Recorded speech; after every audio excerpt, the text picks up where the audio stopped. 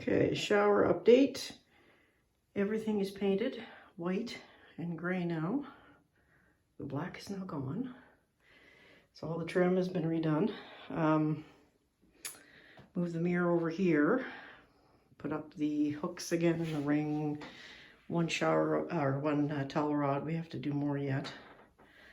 We can't order the new shower until May.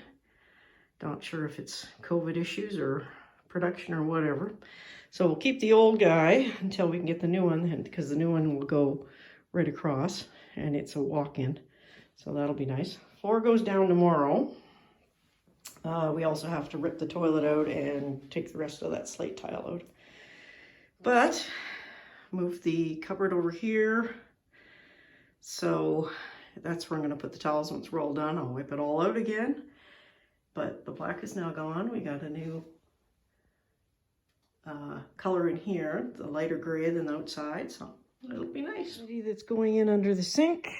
We assembled this, but the kick plate, if you ever buy a Cutler Vanity, you have to do something more than the screws they give you because they're tiny and they don't seem to grip very well. So Keith also glued it.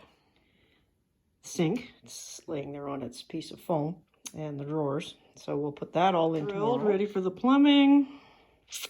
And there's matching holes in the floor in the bathroom as well. We had to move the plumbing over for the sink as well. So, and the vanity will go in under where the mirror is. So stay tuned.